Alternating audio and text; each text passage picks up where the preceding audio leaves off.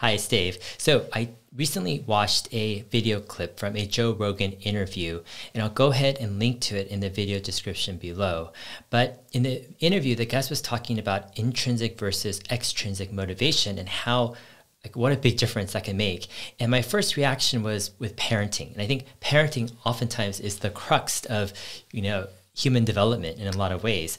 And it has so much exponential return that's possible, both in the positive, but then also in the negative way. So let's go ahead and watch the clip first, and then I'll give you my thoughts. Everyone listening to your show has two kinds of motivation in their life, right? We're all a mixture of both. So imagine if you play the piano in the morning because you love playing the piano, it gives you joy, right? That would be what's called an intrinsic reason to play the piano, right? You're not doing it to get anything out of it. That's the thing you love, right? It sounds like jiu-jitsu was like that for you. Writing is like that for me. Everyone will have something in their life that just gives them joy as they do it, right? Okay, now imagine you played the piano, not because you love it, but because your parents are massively pressuring you. It's their dream for you. Or in a dive bar that you can't stand to pay the rent, or to impress a woman, right? That would be what's called an extrinsic reason to play the piano, right? You're not doing it because that thing gives you joy. You're doing it to get something further down the line, right? Now, obviously, we're all a mixture of both. But Professor Kasser showed a couple of really interesting things. Firstly, the more you are driven by extrinsic values, the more your intrinsic values are starved, the more likely you are to become depressed and anxious by quite a significant amount.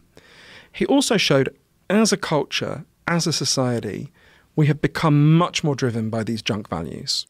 I think a lot of traditional parenting is based upon kind of this intrinsic value approach where parents are trying to shape their kids. They're telling their kids constantly all throughout the day, do this, don't do that, right? They're police men or women trying to chase around their kids, steer them in the right direction. And it's this constant chore. And that's why parents are typically so drained and so tired at the end of the day. And in my experience, like from parenting, and I have a 3-year-old and a 6-year-old, actually almost 4 and 7, but I've had to spend years kind of reformulating in a sense, a whole new different approach and paradigm to parenting that isn't the same kind of draining exercise of trying to just control and protect and whatever your kids. But what would be a form or an approach to parenting that would be truly an empowering one that builds intrinsic motivation, right? Not just tries to push extrinsic motivation on the kids. So here's kind of a quick drawing I made. So on this one side, you have intrinsic principles. And let's say this is a kid. We'll call this, kid number 1. And inside their kind of motivation, their decision-making paradigm, how they make decisions and guide themselves in this world, there is this intrinsic kind of value system that they've developed. And I think the most natural and the right way to do it is actually you interact with the natural world around you. And through natural consequences and also through coaching, you're able to intrinsically adopt and own, right, certain values of what you want and don't want to do. Now, this number 1 approach is sabotaged by modern day parenting, which is very externally focused, right, in motivating kids. And what they do is, you have a parent saying, do this, don't do this, right? A father, mother, a teacher, they're all telling the kids what to do and what not to do. And so the kids have all of these rules that they need to follow. Now, one of the requirements of this extrinsic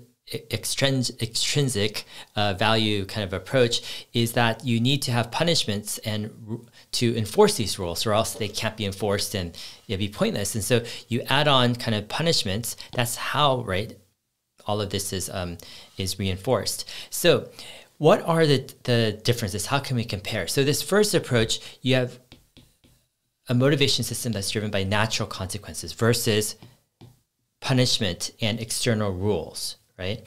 Now, as a result, you get buy-in. The kid owns these principles, owns these kind of lessons that they learned from life.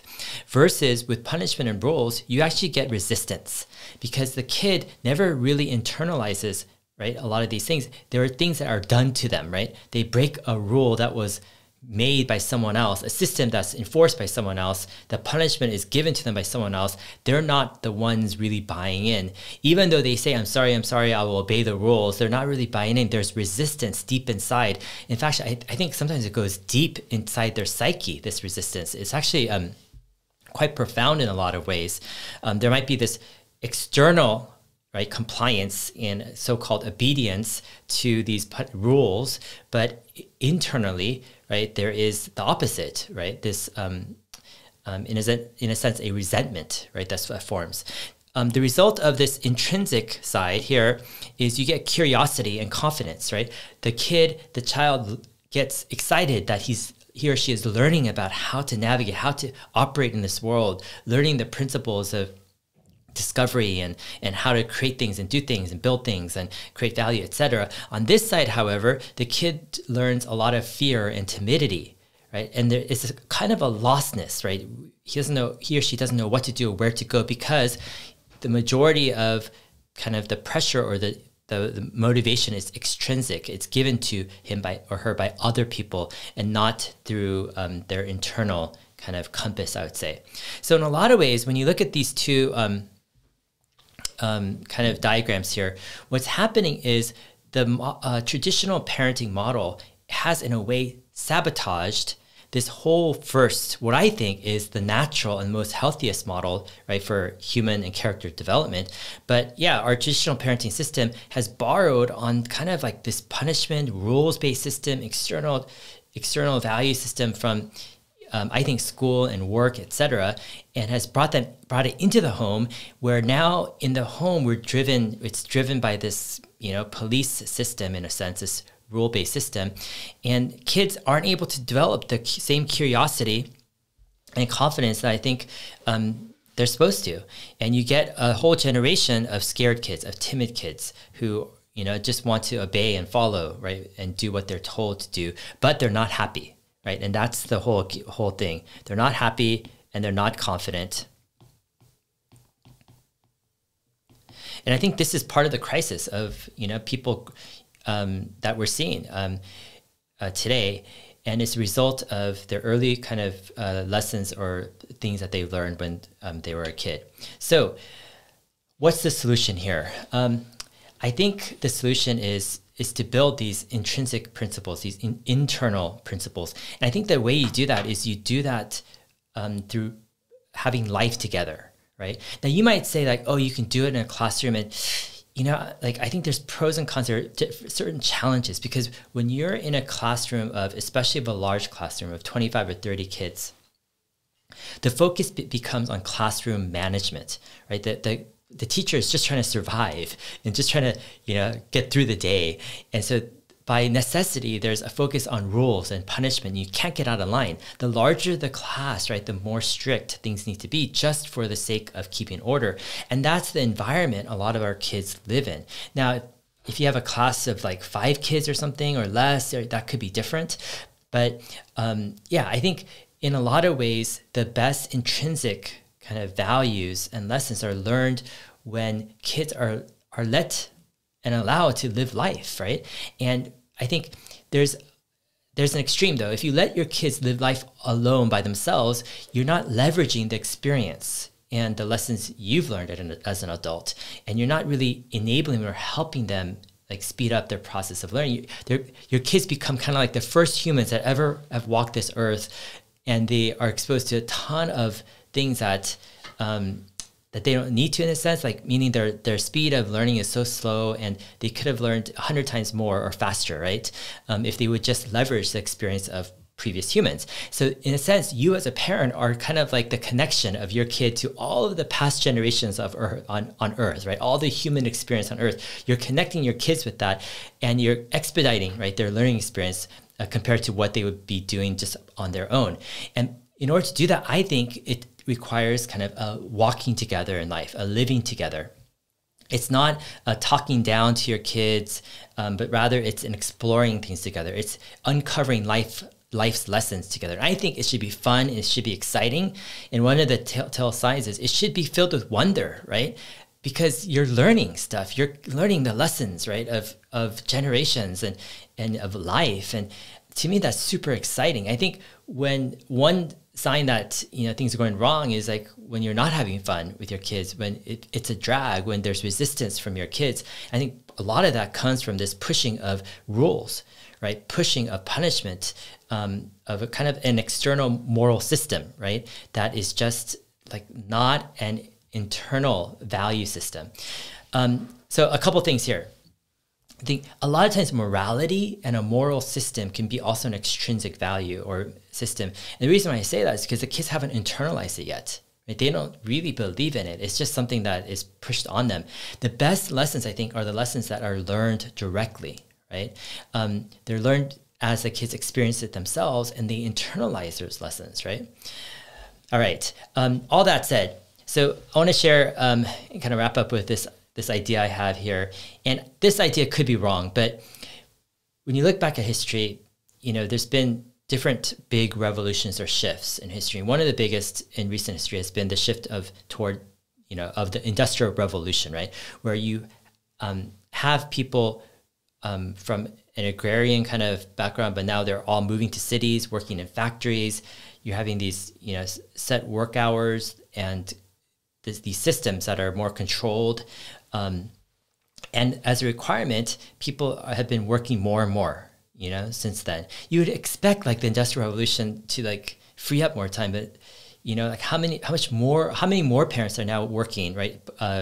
As, you know, two income families just to, you know, get by in their living kind of situation. So what you have is the kids now go to school, but they don't go to school just to learn for a few hours a day. They go to school as an institution that takes care of them, right? In other words, at school, they are almost parented in a sense. A lot of kids, they spend more time at school than at home. And you hear a lot of, you know, parents, especially when kids get to teenage years, like their friends have a lot more influence than them. And a lot of it is because, where do they spend their time? It's mostly at school, right? And the focus of school tends to be a lot on compliance. Again, when you're trying to manage, right, 20, 30 kids in a classroom, it's challenging and teachers are just trying to get by. You think that like the focus is on learning, but really, what's the ideal type of learning environment? Is it really 30, you know, rambunctious kids? Like in that sense, you're just trying to survive, right?